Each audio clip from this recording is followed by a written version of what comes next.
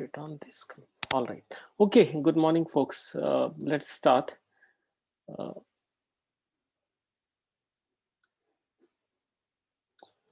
Okay. So today we will study RISC architecture, in particular RISC-V architecture. And yesterday we had discussion on ISA as well as on RISC and CISC architectures, right? So we had discussed in brief the concepts about RISC. RISC in general has reduced instruction set. The instruction set size small, instructions are more regular in nature, and these are very primitive instructions that do, some very simple operations, right? So keep that in mind. And then our discussion is largely about, now onwards we'll discuss our RISC-V architecture, and once we finish our processor design, then we'll move into memory.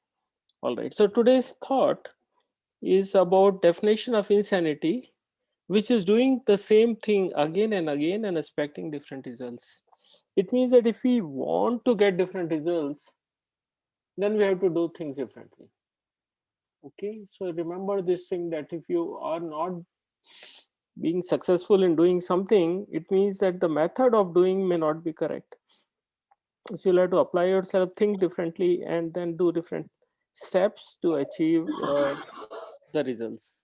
Okay, all right, let me just mute you all up. Okay.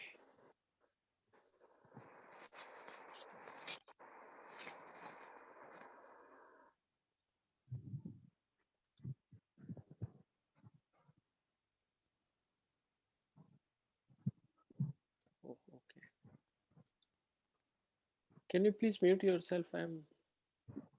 Yeah, just a minute. Wow, today it's not allowing me to mute. Anyway. All right, so let's start. Again, there is someone is on mute, right? It's causing little, just a minute. Okay, I will mute all. You can unmute yourself if you want to ask questions. All right. Okay, so today we will study the following things. We will study RISC-V basics, RISC-V architecture, then concept of registers, and we'll look at the top level view of RISC-V instructions. All right. Okay, and please feel free to ask me questions because now onwards my pace will be little faster, because we have almost completed the concepts, basic concepts, right, for any system. All right, so let's look at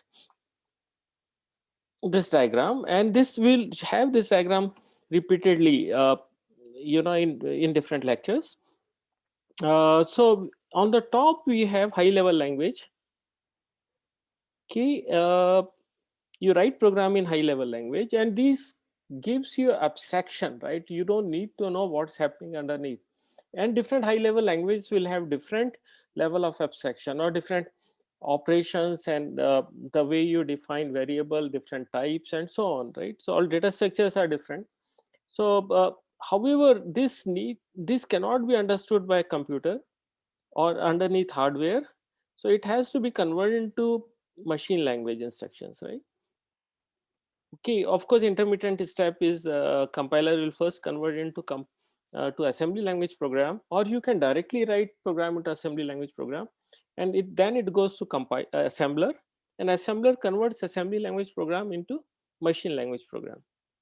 Okay, and this machine language program, of course, can run on underneath hardware, right? So this is so, and when this, when we have assembly language program, note that it is in assembly language, like load word, store word, and so on, while at higher level language is in, for example, this is C or equivalent language, right, or any other high level language. uh, and when this gets converted into binary, machine instruction, it will look something like this, which is nothing but zeros and ones, binary. Okay? And now this needs to be interpreted underneath, right? This is just a conversion up to this point. It means all the instructions get converted, all data items, you know, are converted to zeros and ones. And but how do you know that first, for example, first say 8 bits represent an instruction, or and remaining 8 represent something else? How do you do that? So that's exactly what execution happens, right? So underneath hardware that we have here, which is uh, you know various blocks, functional blocks, do this activity, right? So basically they look at all these things that are there in machine language program, are interpreted by underneath hardware.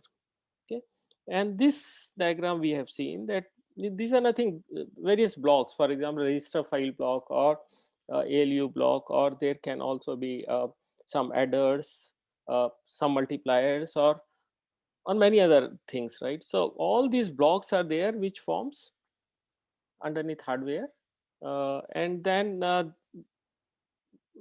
they execute uh, machine level program. I mean, we have seen how it gets executed in LC3. We have seen that how each instruction gets executed and what's the role of control unit to generate control signals for data movement and data manipulation. All right. So RISC we have studied yesterday, and in general is instruction set is kept small and simple. So we will not go into it because we have already covered in fairly detail. Now you will find that RISC-V can be described just in one sheet of paper. It is so simple.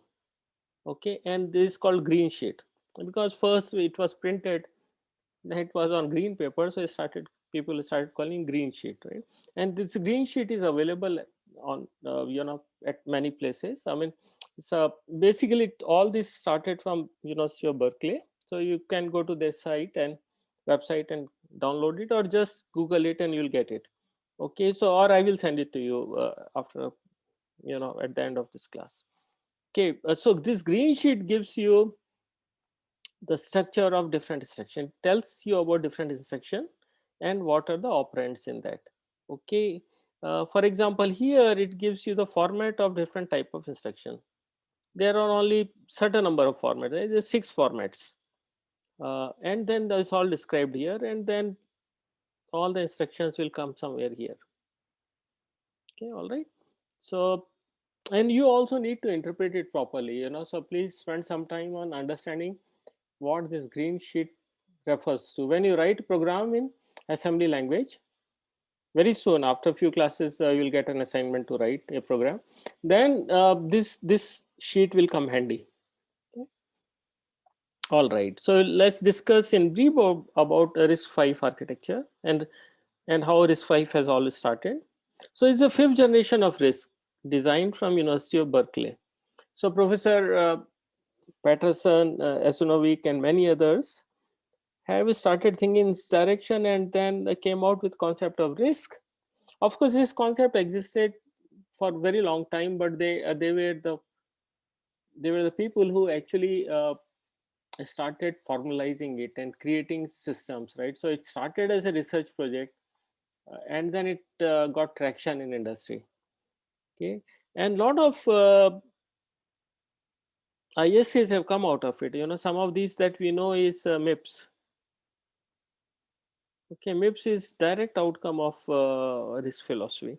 And then we have ARM. Again, they have taken up the same concept of RISC and then developed ISA and systems for that, right? So note this word here, open source and license free. What is open source? Anybody can tell me?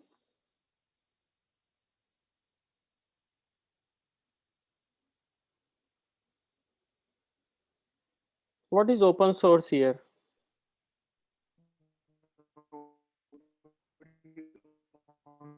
No, I'm not able to hear you, sir. Not able to hear you.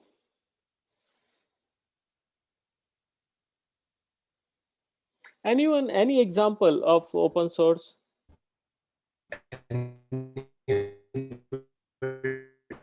No, I think your mic is not working, not able.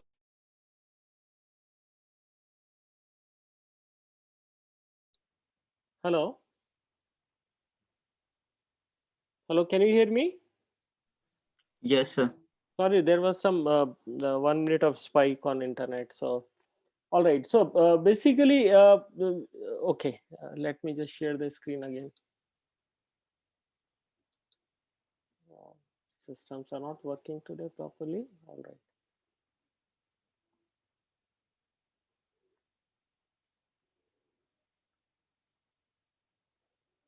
Okay, you can see the screen.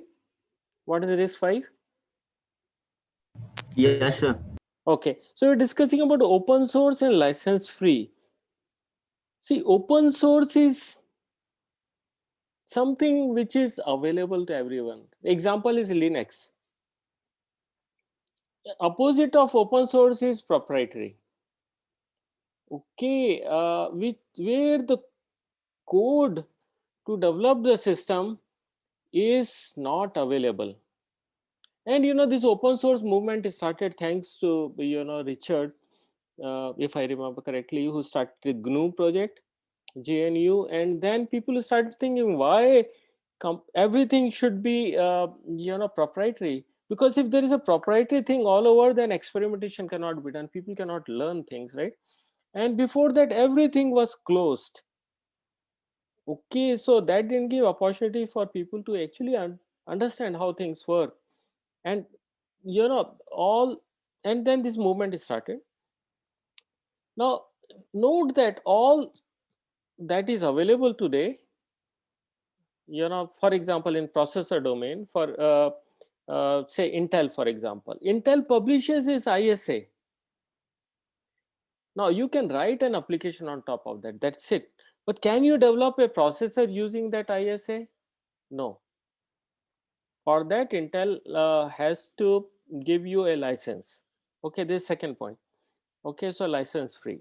So license is required even to use your ISA to develop your processor. And then developing a processor require a lot of software.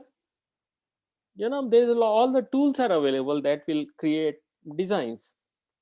Okay, now are these tools available to you for free? Surely not. Okay, and then development of and when you create microarchitecture, it's also a certain software, right? Is it available to you? No, it's not available to you, right? So because Intel has, and there's a commercial reasons for that, they have packaged it such a way that it's not visible to you. Okay, because it's all machine code, executable code, and you source code is not available in terms of higher level language, C code, or some other language code, right? Um, Now once, so what happens is that this blocks innovation. Now look at the other aspects, right? For example, when Linux came, then a lot of people started using Linux for their own applications. And uh, for that matter, I mean, Android is nothing but reflection of Linux, right? Just Linux designed for mobile systems. Okay, uh, so so it's very important that for innovation, for new idea generation, for progression, for advancement, it's necessary that system is open source. And however, it's not, there are commercial reasons not to do it. Like Apple has never open sourced their system, so is Intel, so are many other companies, right? Sir, So yeah, sir, is it possible to reverse engineer a binary to uh, assembly language then to program? yes, you can do that, and that's what many people do. But that's not ethical, right? In some sense, if its system doesn't allow and you try to create it, and then you can, there be legal is a legal issue, right? It's not ethical. Okay, for your understanding, you can always do. That's what hackers do, but it is not something that is expected. Okay, now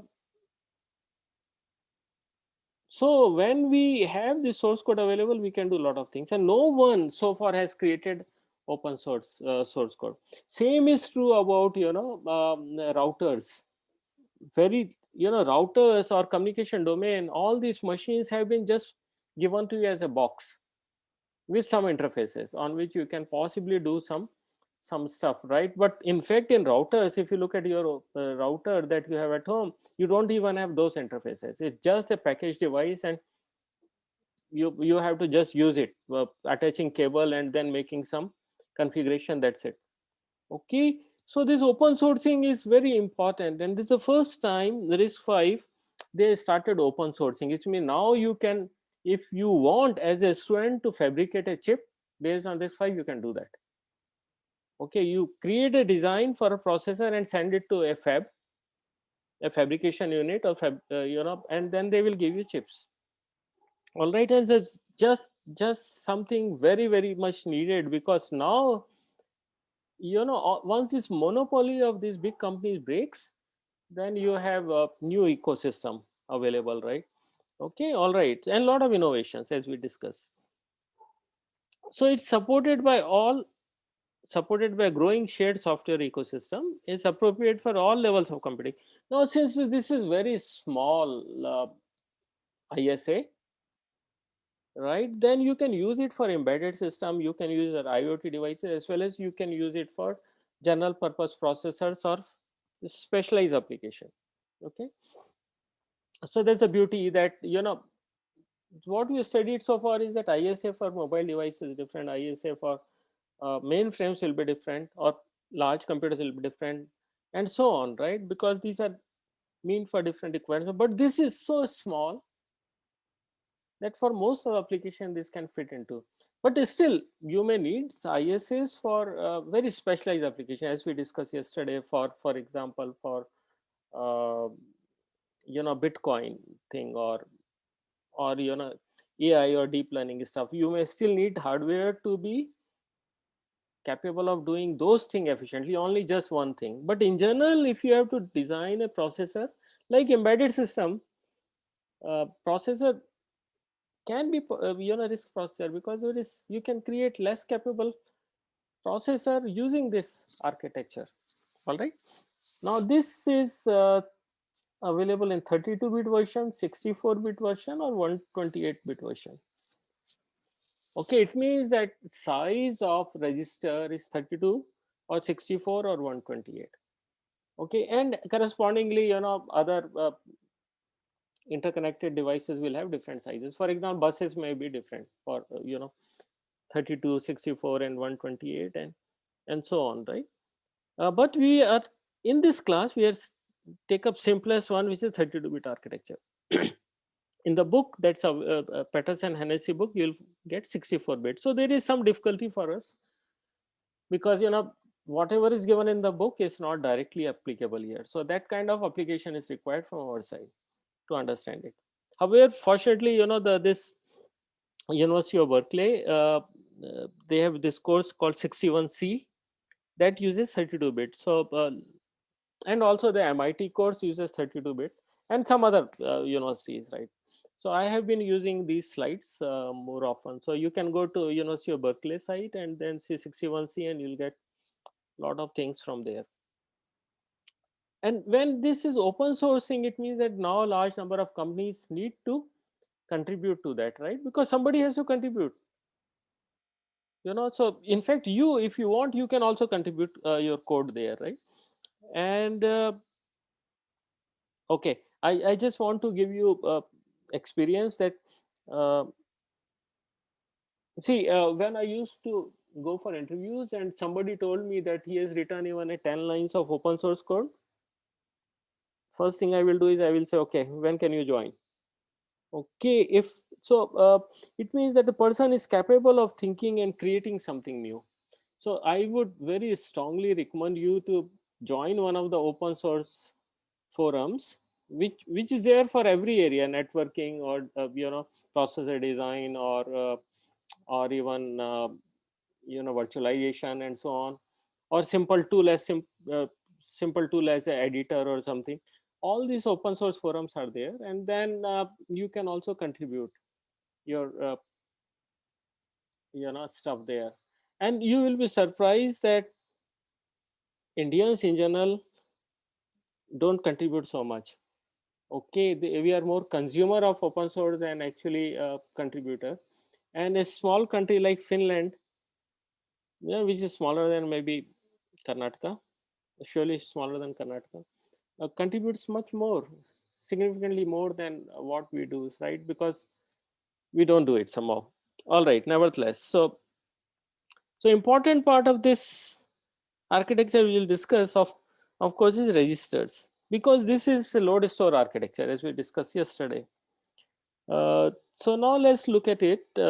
In C language we have variables, right? Like int is variable type, and these are two variables, FAHR and Celsius, and similarly character is A, B, C, D, E.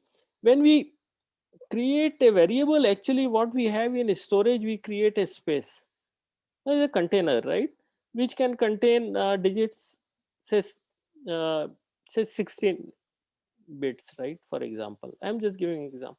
Similarly, character will require a container which will contain 8 bits. So each variable can only represent a value of a type that has been declared, right? You know this, right? Because you have done first level codes, right? So when we create variables, it means I suspected that it will represent a one particular type. Okay. So we can't, in most of the languages, you can't mix and match variable, different types of variable. You can't add integer to character. Okay. So this will not be allowed. Compiler will flag it, or even if compiler doesn't flag, it will not give right result.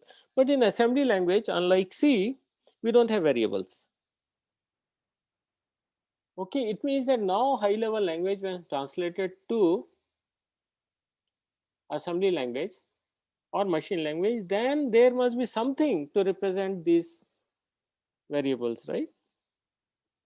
Of different types, right? So instead of that, we use this, we put these values in registers. Okay, now registers have no type, as we discussed earlier, right? Then how do we actually map those typed values into non-typed things? That's so again, we discussed earlier as well that register may contain the zeros and ones, right? Combination of zeros, ones, that's it. But interpretation of that is left to system. Okay. So these zeros and ones, if it is integer variable, must be interpreted in that way. Okay.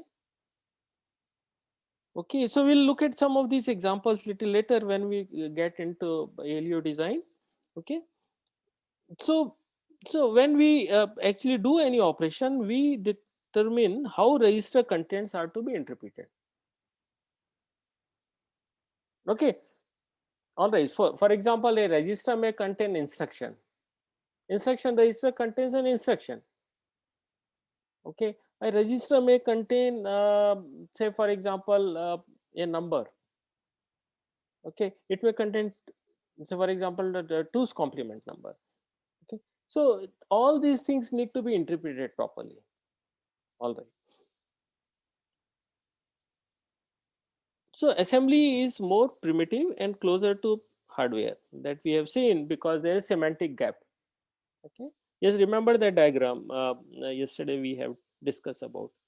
So registers we have already discussed in brief that they are small memories of fixed size. I mean, you would have done register design in your digital logic course. It's nothing but a buffer, okay, which can a register has can a register can be written or read, right? So basically, each register has certain memory locations, and this is the way you create it, right? Is a it's kind of latch. Okay, and then you can read all bits together in that, right? It's not sequential. So it's a suppose. So in case of RISC-V, it's a 32. Each register size is 32 bits. It means all 32 bits can be parallelly written or read. Okay, uh, and so RISC has 32 registers. RISC-V has 32 registers. Okay. And you know that registers operate at very high speed. They operate speed at the clock, almost at the speed of clock. Okay, so they are very fast. So the best possible technology is used to implement this. Okay, so that's fine. So faster, approximately 0.2 nanosecond is required to read contents of a register, and usually this is related to a clock cycle. Within a clock cycle we should be able to read contents of register. All right. So the question is that if we have more number of variables than the number of registers, because we have seen here 32 registers, right? And not all 32 registers can always be used to store variables. Okay, let's assume that we can use all registers for storing variables. But your program, when you write program in C or Java, it does not say that you can have only 32 variables, right? You can have large number of variables. Then what do? So you keep the most frequently used register variables in registers. The variables which are heavily used, keep in register, and the variables which are not heavily used, you keep it in memory. Okay, and who does all this is done by compiler. Okay, all right. Any question up to this point?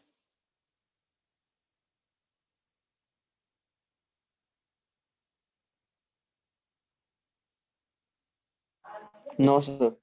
Okay, so the question you may ask, why 32 registers? Why not 100 registers?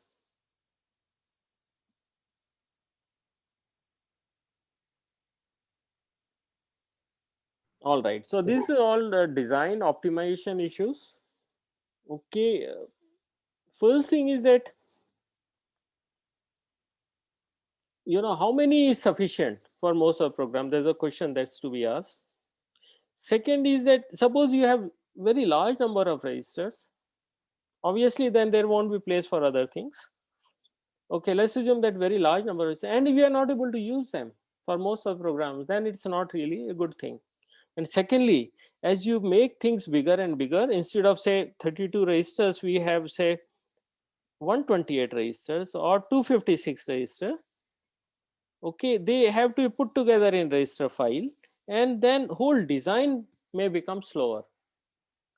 As things become bigger and bigger, the speed reduces, right? So you will have to always optimize things, right? So for RISC-V, they have optimized it to 32 registers, each of size 32. Okay, in 32-bit machine, right? So we are right now studying RISC-V 32-bit machine. All right.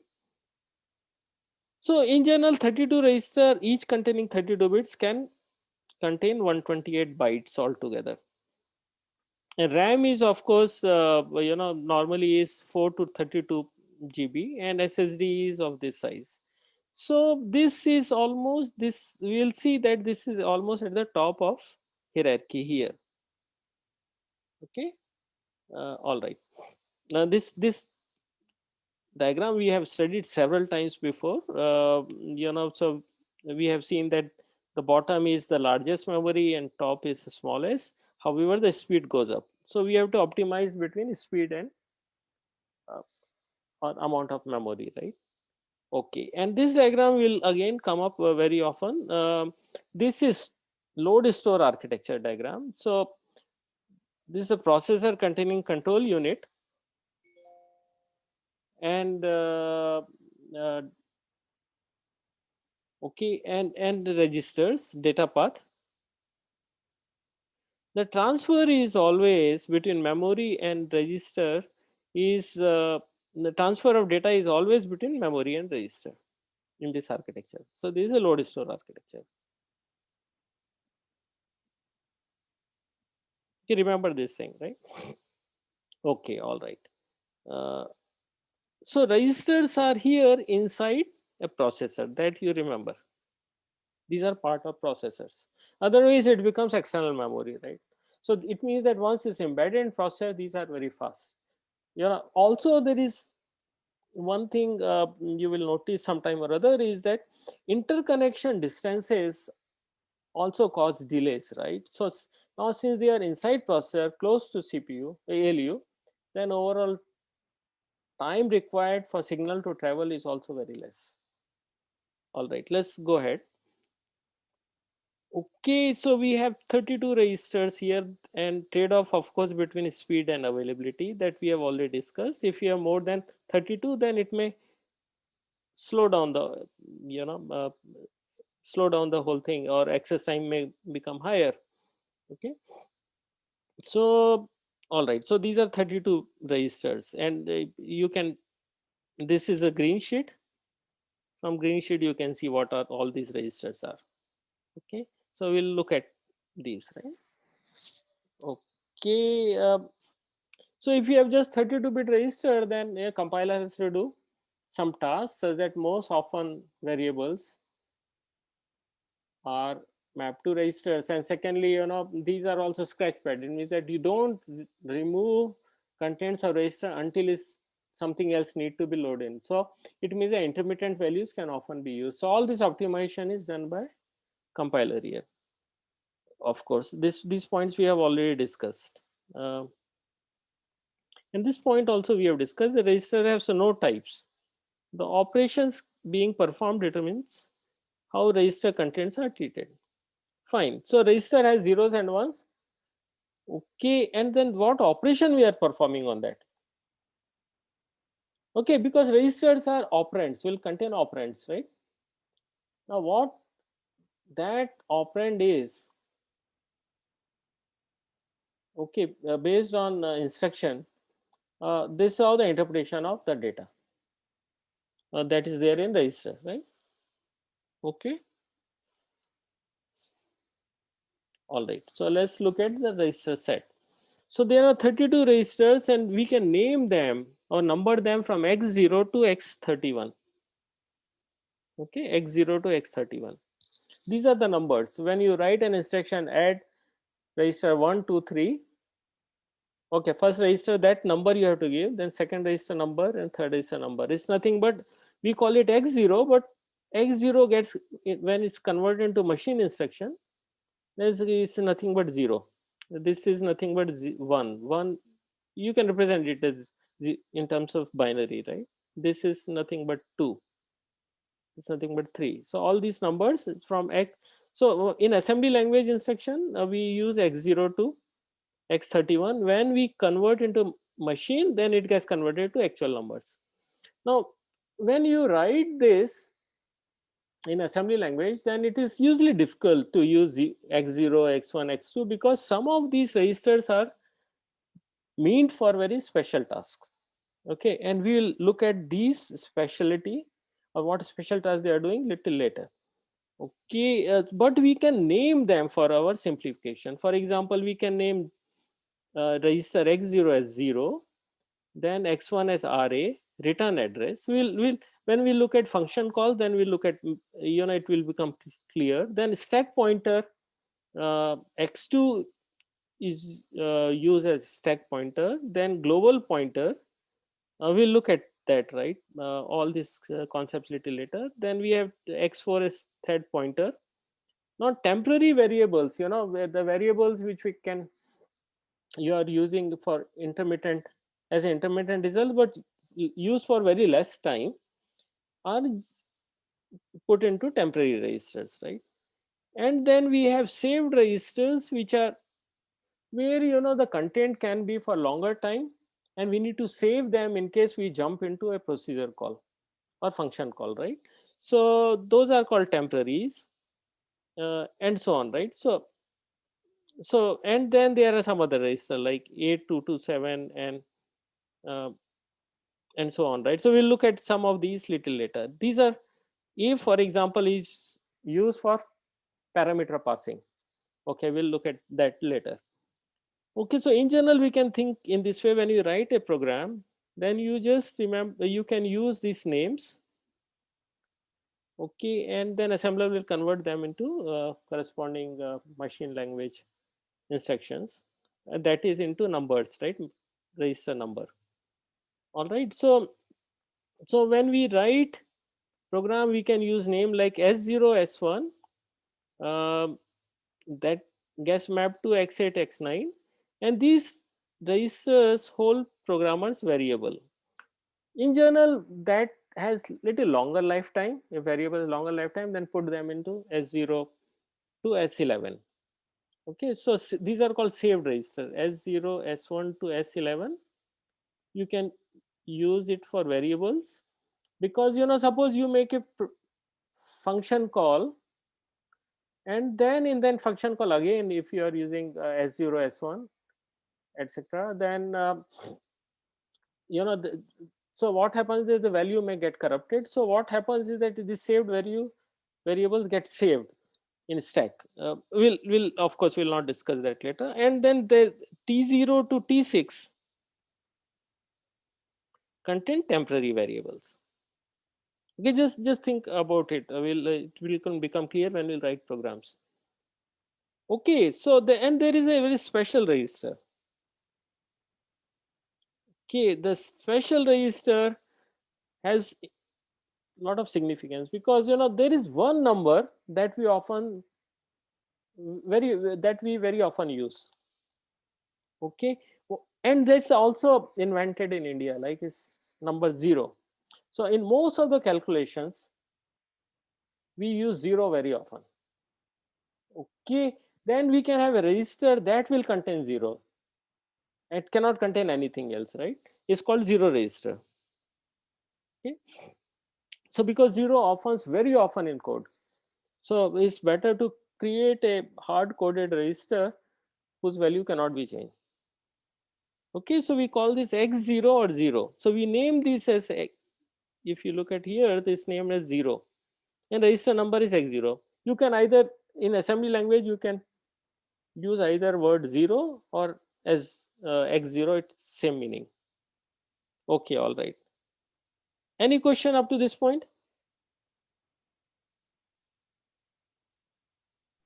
So that values are given in hex, like x0, x32. Yeah, so it totally depends on okay, so when we'll read when we read assembly language fully, then we'll look at this, right? But in general, what happens is that because assembly language is interpreted by underneath, right? So these numbers are see, for example, this x to x32 you can actually write as it is, that is in decimal number. You don't have to convert this into hex number. So see, when it's finally gets converted into machine instruction, then it's nothing but zeros and ones. All right, of course it is hex, because hex can directly gets into binary number. So but let's not worry about it. When you write assembly language program, you can write, say for example, add to say register x1, x7, x8.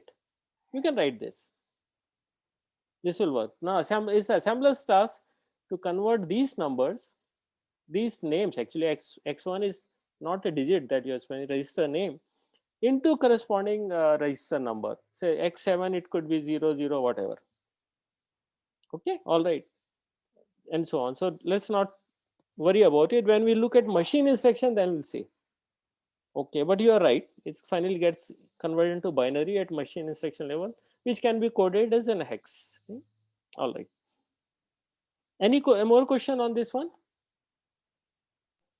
Sir, how did computer get to know which variable is saved in which type of register?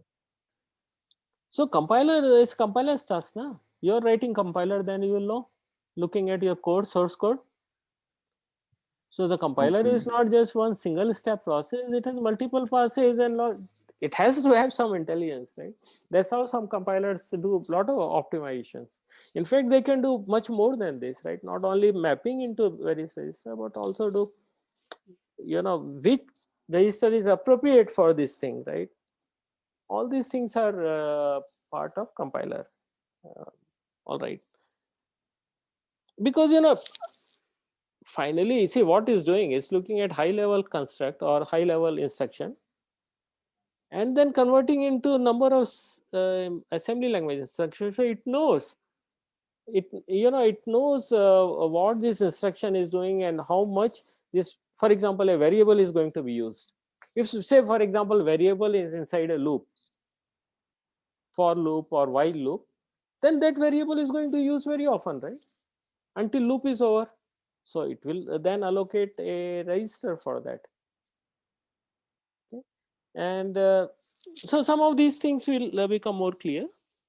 All right, so registers are very important and we have limited number of them, and these are very special location built directly into hardware, so they are very fast. Okay.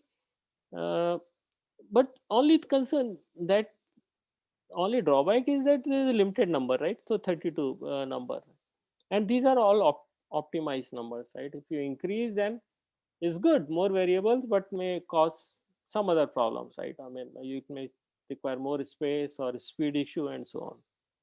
All right, so let's move into now format of an instruction and see how it looks like.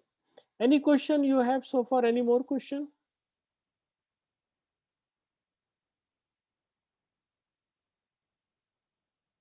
Okay, so please let me know in case the pace is incorrect. If you think that I'm going too slow, repeating too much, please let me know.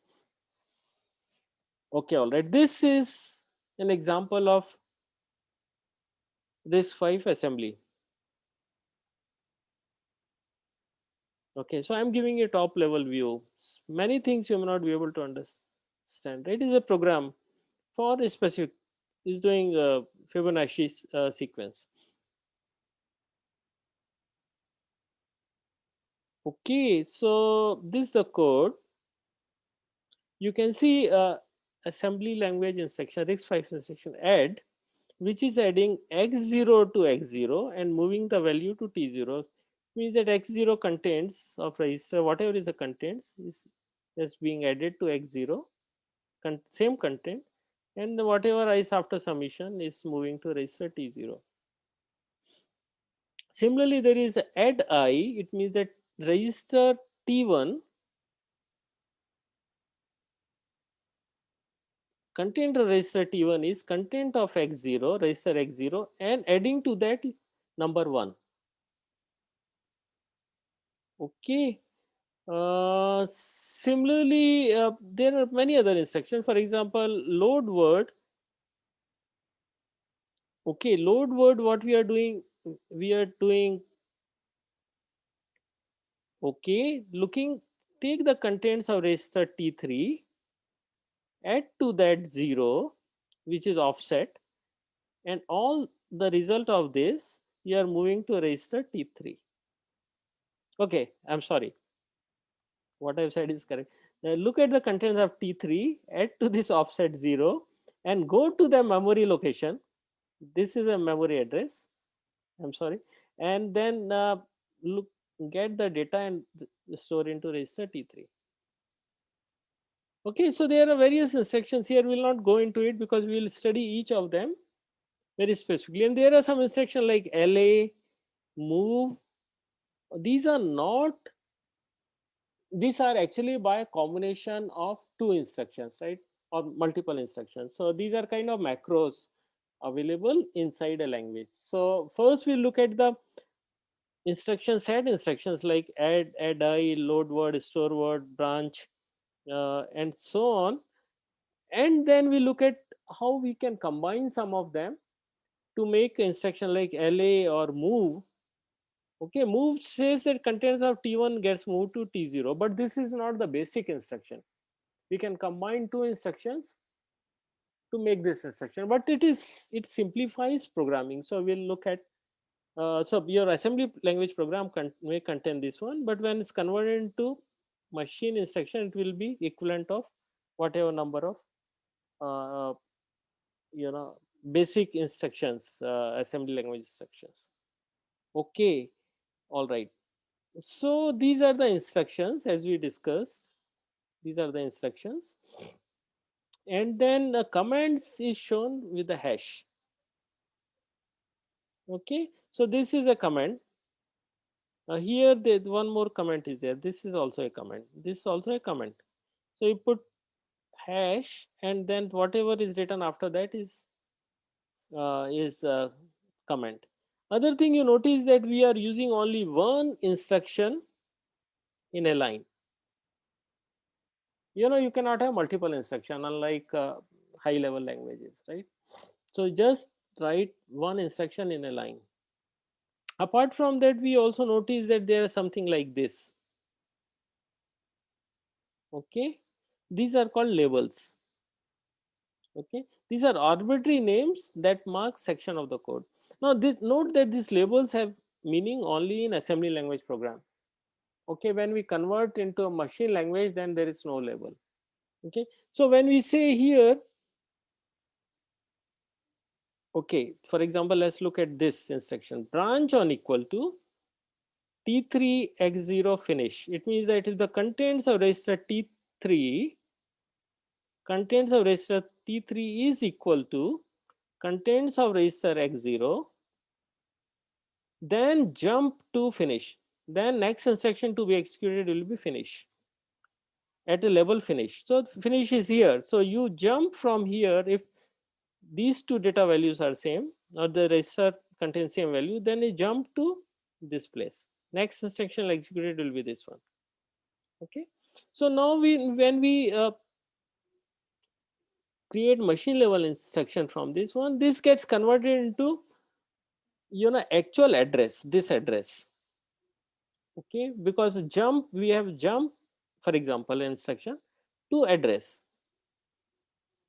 Okay, or jump to PC relative addressing. So what is the value of PC here is, say, let's assume 10, and there are, say, for example, 1 2 3 4 instructions. So we'll say jump 10 plus certain locations, then you come here. All right, so labels are essentially to create loops or jump, etc., etc., in assembly language, and but when then converted into machine, it gets converted into actual address, and that address becomes part of the instruction. Okay, all right, any question?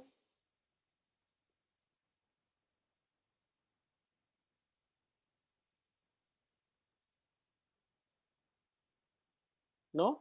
No, sir. All right, so look at this instruction. Now this tells you about the format which you have discussed earlier also. This of course is label. uh, the basic instruction is this one: add, this is opcode, or this gives you operation. Then T0 is destination, the destination register. This is source register X0, source register 1, and this source register 2. Okay, what does this instruction do? It's very simple. It takes the contents of X0. Okay, this is first source register. Take the content from this one.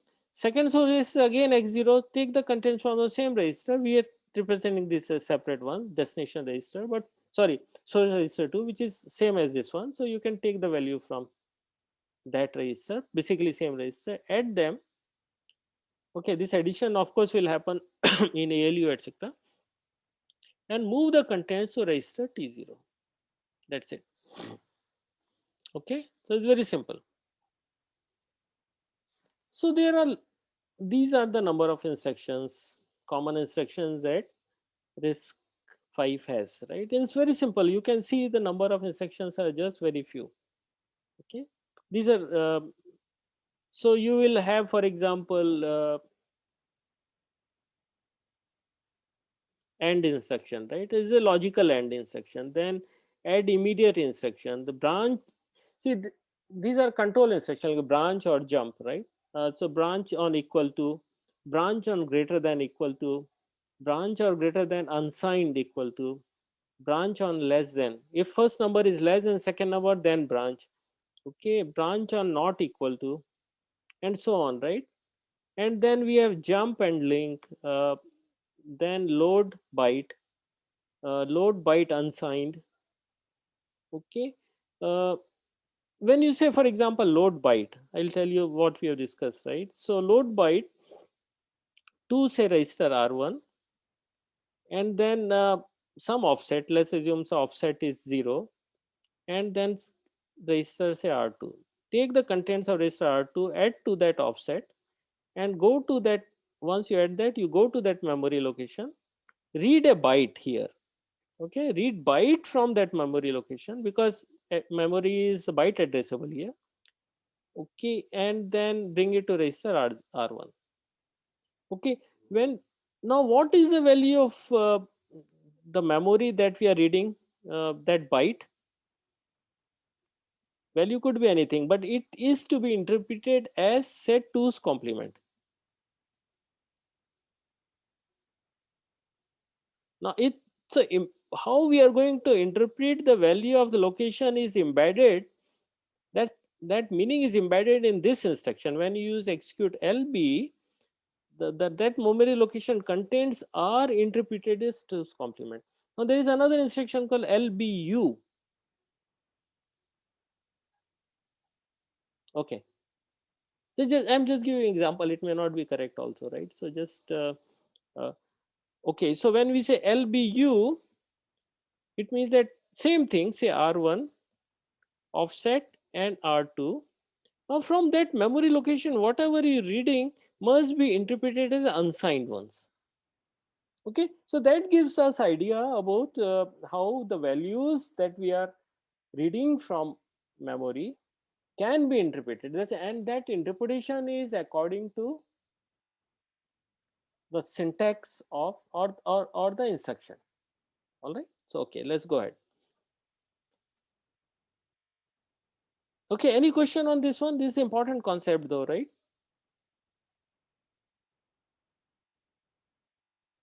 So once the values are loaded into register R1, then how will one know that the R1 contains signed values or unsigned values? That depends on now program logic. All right. Okay. All right. So now let's look at what are different types of instruction exist. So we'll see that there are only 6 types. Okay, in this 5.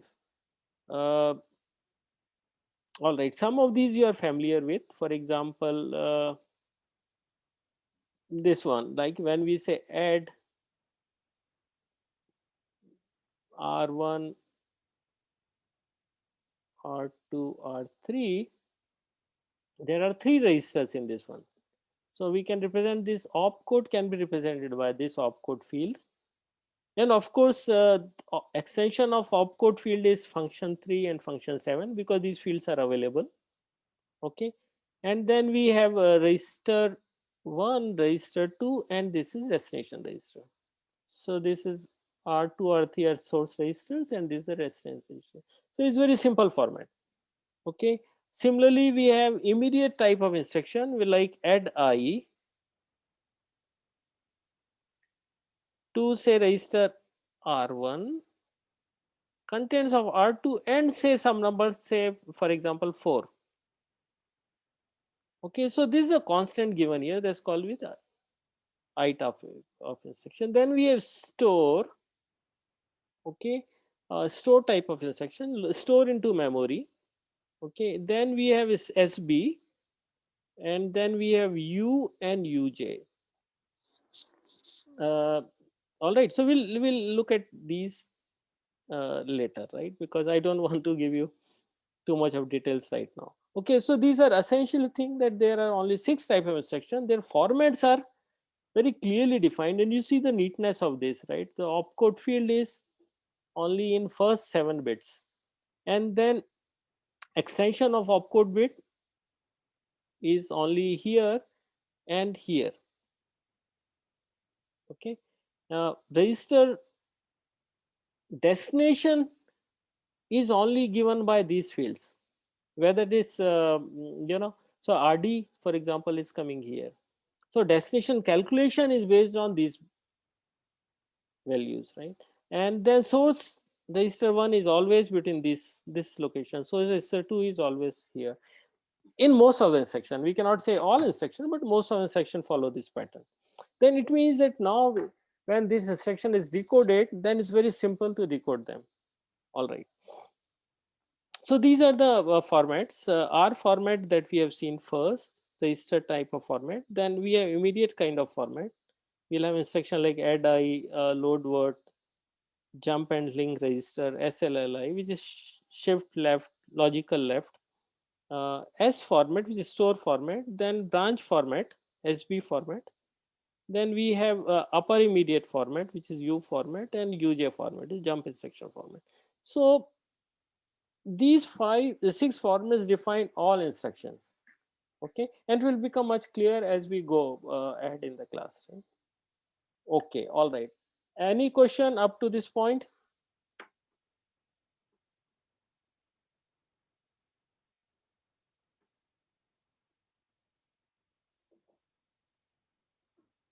No questions? Simple? That branch instruction, like the thing is like either if that condition is satisfied, it jumps to a particular location. Otherwise, it continues from next line onwards, right? Yeah. So there are various branch instructions. There is not one, and we'll see interpretation of that little later. So, for example, let me see. There is something called. Okay, so all these are branch on equal to. If two values, two registers have, say here it gives an interpretation. If contents of register 1 is equal to contents of register 2, then jump to a location. So it means that now program counter value will change to program counter value plus immediate field. Something, so from instruction, you can find out where to jump to. Okay. So basic, and then we have here, if it is, if the branch is not equal to, is the branch equal to, then we have branch on greater than equal to. If contents of register 1 is greater than contents of 2, then jump. And similarly, branch in less than equal to, branch on not equal to, and so on. Right? So it could be various, there are various instructions which can do branching, to answer your question. Okay. Any other question? We will look at each of these instructions in detail. Okay. So next 5 or 6 classes we will study only about syntax and semantics of these instructions.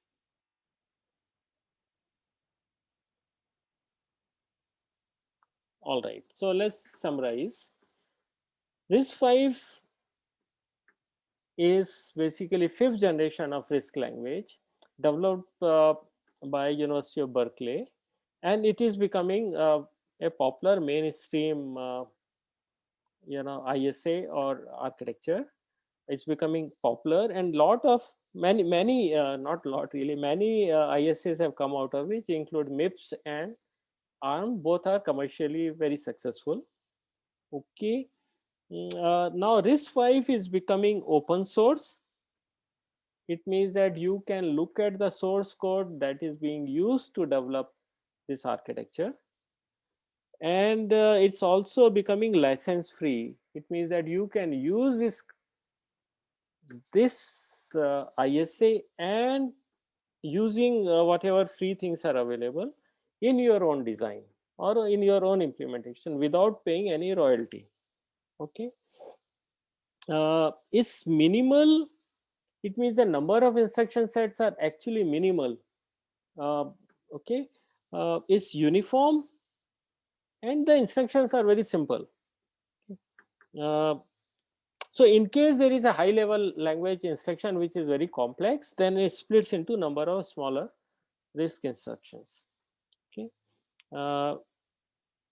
So hardware registers provide very few fast variables for instructions to operate on. I mean, we have seen that number of registers are only few, that's 32. And so what we do is that the variables which are used very often, for example, that we have considered in case of a loop, then they get mapped into the registers such that the registers can be optimized efficiently. All right. Otherwise, suppose if that's not the case, then if number of registers are very few, then you'll have to move the data back to memory and bring it in again and again, and it may take a lot of time, because movement of data from memory, even cache memory, to register takes certain number of cycles, and these cycles could be large, right? Because cache, best thing is if the data is available in first level cache. If that there's a cache miss, it has to be brought into second level cache. If it's not there, then third level cache. If it's still not there, it has to be brought from main memory, and still is missing in main memory, it has to be brought from secondary memory, which is disk or maybe SDRAM, okay, or the flash memory, okay, SD drive, okay, all right.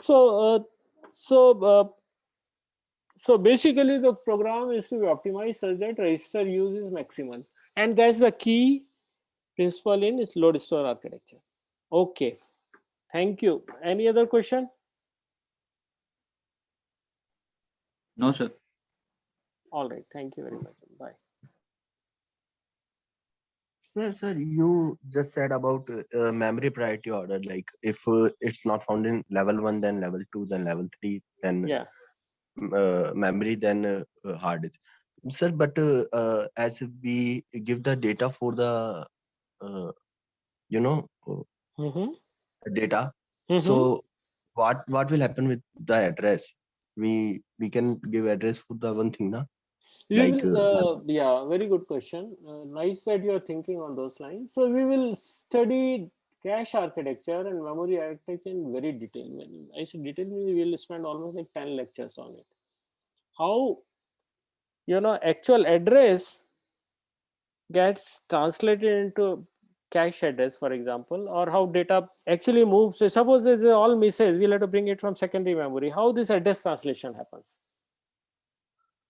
Okay, and the whole mechanism, how we are going to optimize all this. So there is a whole, the whole principle behind it, the way it's organized, the way it's designed. For example, as an example, when you write a program, are you worried about memory address? You're not worried about memory address because you are thinking only in terms of infinite memory you have or address space. But there are hundreds of such programs running in a computer, and all cannot start with 0 0, because you assume that your address space is starting from 0 to 2 raised to power 32 minus 1, or the size of memory. So every process may think that, but finally it gets put somewhere, right? So there is a whole address translation mechanism exists. Okay, so when you study virtual memory and cache memory, many of these questions you should be able to answer. Okay, hold your question till that time. But nice that you are thinking in right direction. All right, thank you folks. Bye bye.